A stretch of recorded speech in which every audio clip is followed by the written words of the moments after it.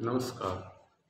मैं पृथ्वीराज कुमावत आज अपने बात करेंगे सेमेस्टर थर्ड आधुनिक युग के प्रथम चरण भारतेंदु युग। देखिए, भारतेंदु युग जो है इसे पुनर्जागरण काल और नव जागरण काल के नाम से भी जाना जाता है और इसका प्रारंभ जो है 1850 से 1900 ईस्वी तक माना गया है, लेकिन आचार्य रामचंद्र शुक्ल जी ने इस काल का प्रारंभ 1857 से माना है। और इसके साथ ही अगर आधुनिक काल के भारतेंदु युग की बात अपने करें तो आधुनिक काल के प्रथम चरण को किसकी संज्ञा दी गई है? भारतेंदु युग की संज्ञा दी गई है, क्योंकि भारतेंदु युग के नाम से हमें विदित है भारत प्लस हिंदू, अर्थात भारत का चंद्रमा।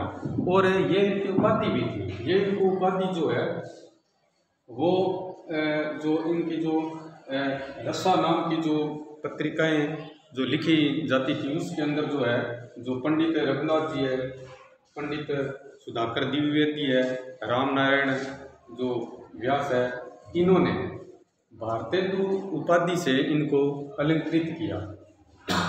और भारतेंदु युग को जो इसके जो प्रतिनिधि है, इसके जो जनक है वो भारतेंदु हरिश्चंद्र जी को माना जाता है।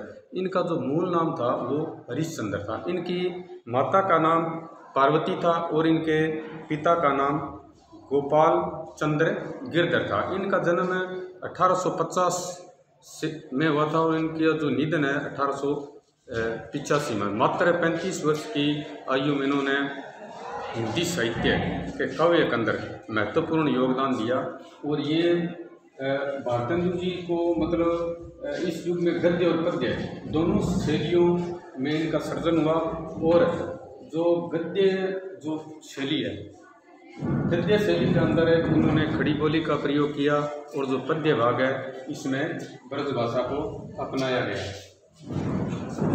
कवि भारतेंदु हरिश्चंद्र की जो कृतियां हैं वो इस प्रकार है, जैसे प्रथम कृति है भारतेंदु हरिश्चंद्र जी की भारत दूरदर्शा, अंधेरी नगरी, भारत वर्षोन्नति, कैस्यो, नीलदेव, सत्य हरिश्चंद्र, विन्य प्रेम, प्रेम प्रत्याशा, प्रेम प्रलाप, प्रेम फुलवारी, प्रेम सरोवर, विद्या सुंदर आदि इनकी कृतियां हैं। और भारतेंदु हरिश्चंद्र जी की तरह ही दूसरे कवियों ने भी इस काल में अपनी रचना लिखी, जिसे प्रताप नारायण जी मिश्र है, इनका जो प्रथम कृति है प्रेम फुलवारी, श्रृंगार विलास, रस कानन शतक, अति हमीर, मन की लहर। और तीसरे नंबर के कवि है जो बद्री नारायण चौधरी, इनकी कृतियां जैसे अपने बात करें भारत भागवद्य, वर्षा बिंदु, और आगे अंबिका दत्त व्यास द्वारा इनकी जो कृति है पावन प्रत्याशा, सुकवि सतसई, हो होरी, इनकी अन्य भी कृतियां हैं। राधा कृष्ण दास ने जो कृतियों की रचना की, सृजन किया हुए है भारत बारहमासा, दूसरा इसका देश दशा और तीसरा इसका कंस वधा। ठाकुर जगमोहन सिंह की जो कृतियां हैं उसमें है प्रथम कृति देवयानी, श्यामालता, श्यामा सरोजनी आदि इनकी कृतियां है।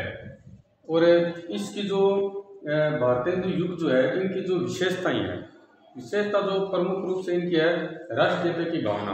देखिए, राष्ट्रीयता की भावना इसकी विशेषता है, प्रमुख विशेषता है, क्योंकि इस समय 1857 की क्रांति का प्रादुर्भाव हुआ था। इसीलिए उस समय देश में राष्ट्रीयता की भावना की जो लहर फैल रही थी, उसी को इन्होंने अपने काव्य में राष्ट्रीयता भावना को स्थान दिया। और दूसरा है इनकी जो है विशेषता सामाजिक चेतना का विकास।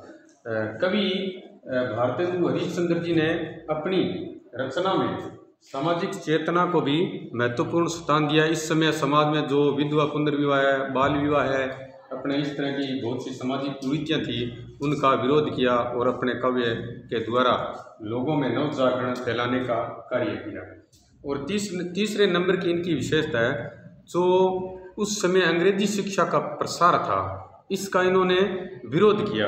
अंग्रेजी शिक्षा का विरोध करके इन्होंने अपने जो हिंदी साहित्य, जो वर्तमान में जो राष्ट्रीयता की भावना है, सामाजिक भाव है, इस तरह की जो विशेषता है अपने काव्य में इनको स्थान दिया। और चौथा इसका हास्य व्यंग्य। देखिए हरिश्चंद्र जी ने अपने इस युग में कृतियों में जो हास्य व्यंग्य के प्रयोग द्वारा भी कटाक्ष किए हैं। आगे इसमें है 5 नंबर के बाद विभिन्न काव्य रूप है। और इस काल के जो भारतेंदु युग में जो काव्य रचना हुई वो है इसके 2 रूपों में हुई। एक तो इसके जो मुक्तक काव्य है, दूसरा इसका खंड काव्य है। 2 रूपों में इस काल की काव्य की रचना हुई। देखिए इसके भारतेंदु युग के साथ साथ अपने जो भारतेंदु हरिश्चंद्र जी है इनका कवि परिचय भी देख लेना महत्वपूर्ण होगा। इनका भारतेंदु जी का जन्म पहले मैं बता चुका हूँ भी, जन्म इनका 1850 ईस्वी में हुआ और इनका निधन जो है 1885 में, मात्र 35 वर्ष की आयु में उनका निधन हो गया। इनकी माता का नाम था पार्वती और जो पिता थे बता चुका हूँ मैं, गोपाल चंद्र गिरधर। और इनको जो उपाधि दी गई 1880 में, ये इनको उपाधि दी गई 1880 में, इनके द्वारा दी गई 1880 में दी गई पंडित रघुनाथ, पंडित सुधाकर द्विवेदी जी के द्वारा और रामनारायण व्यास के द्वारा।